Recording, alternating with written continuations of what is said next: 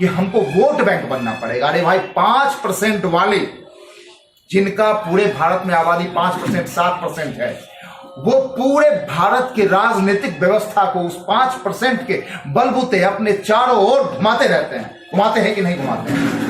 हर जगह वही छाए हुए हैं। और हम आप 40% है, जहां सबसे कम है वहां 20% है। लेकिन आज तक हमारे साथ क्या होता आया है, ये बोलने वाली बात नहीं है। दूसरी बात, कई लोगों ने इसमें कहा कोई हलवाई है, कोई तेली है, कोई भगत है, कोई पोद्दार है, कोई सोनार है, कोई नोनियार है, ये जाति है। नहीं, जाति भारत में 4 ही है, ब्राह्मण, क्षत्रिय, वैश्य और शूद्र।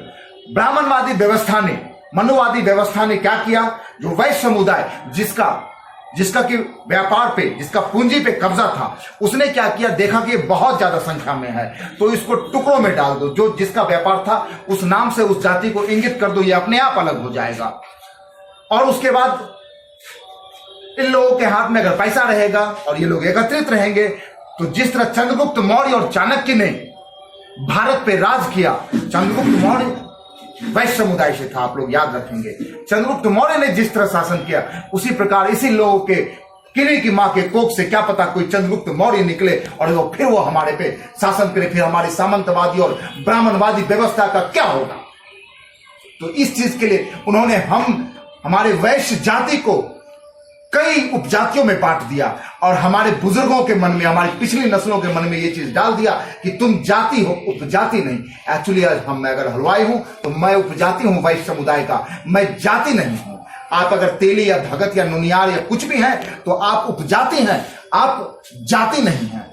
इतिहास को पलट के देखिए, भारतीय वर्ण व्यवस्था को पलट के देखिए, उसमें यही चीज इंगित है। और हमको इन्हीं चीजों पे फोकस करना है, तभी हमारा समाज एकत्रित हो पाएगा। अपने आने वाली नस्लों को ये चीज बताएं कि हम हैं क्या। अगर एक तेली है कभी और मैं हलवाई हूं, पोद्दार है, नोनियार है, तो कभी हम एक ही मां के संतान थे, एक ही परिवार में थे, व्यापार बस अलग अलग था। इन ब्राह्मणवादी व्यवस्थाओं ने हम लोगों को तोड़ दिया। क्यों? क्योंकि हम लोग इसमें राज नहीं कर सके। और 2 जात के मिली भगत से आज आजादी के 70 साल से ज्यादा गुजर जाने के बावजूद केंद्र से लेकर प्रदेश स्तर की राजनीति को उन्हीं लोगों ने अपने चारों ओर घुमाया है। और हम आप लोग चाहते हुए भी कुछ नहीं कर सके। इतनी बड़ी संख्या में होने के बावजूद कहने को प्रजातंत्र है, लोकतंत्र है, लेकिन इस प्रजातंत्र और इस लोकतंत्र में हमारा कोई महत्व नहीं, कारण हम लोग एकजुट होकर वोट बैंक नहीं बन पाए। तो जो इतिहास में गलती हमारे बुजुर्गों ने किया, जिस साजिश के तहत वो लोग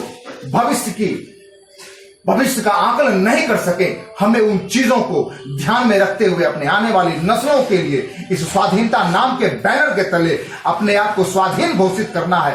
एक स्वतंत्र, एक गुलाम देश में स्वाधीन मानसिकता का व्यक्ति पैदा हो सकता है। भले वो राष्ट्र आजाद रहे या ना रहे, लेकिन एक व्यक्ति संघर्ष करते हुए खुद को स्वाधीन रख सकता है। जैसे कि चंद्रशेखर आजाद, जैसे कि भगत सिंह, जैसे कि महात्मा गांधी इत्यादि महापुरुषों ने गुलाम भारत में कभी भी अंग्रेजों की गुलामी को नहीं कबूला, संघर्ष करते रहे। चंद्रशेखर आजाद ने कहा था, मैं आजाद था, आजाद हूं और आजाद ही रहूंगा। और अल्फ्रेड पार्क में उसने अपने पिस्टल की अंतिम गोली अपने सर में मार ली थी। और वो स्वाधीन मानसिकता के थे, स्वाधीन ही रह गए। उन्हें किसी ने भी कभी गुलाम नहीं बना पाया, जो कि संपूर्ण भारतवर्ष ईस्ट इंडिया कंपनी का गुलाम था।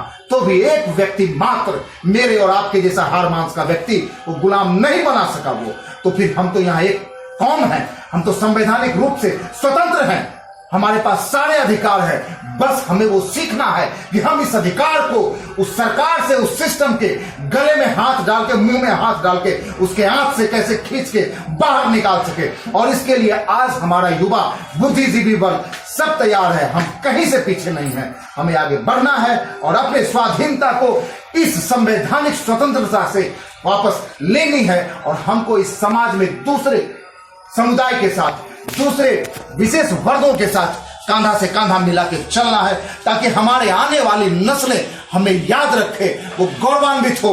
हमारे किसी भी टाइटल को, शाह, गुप्ता, नोनियार, पोद्दार, कोई भी टाइटल हो, उस टाइटल को लगाने के लिए इन्हीं के साथ मैं अपनी वाणी को विराम देता हूं। जय स्वाधीनता, जय समाज।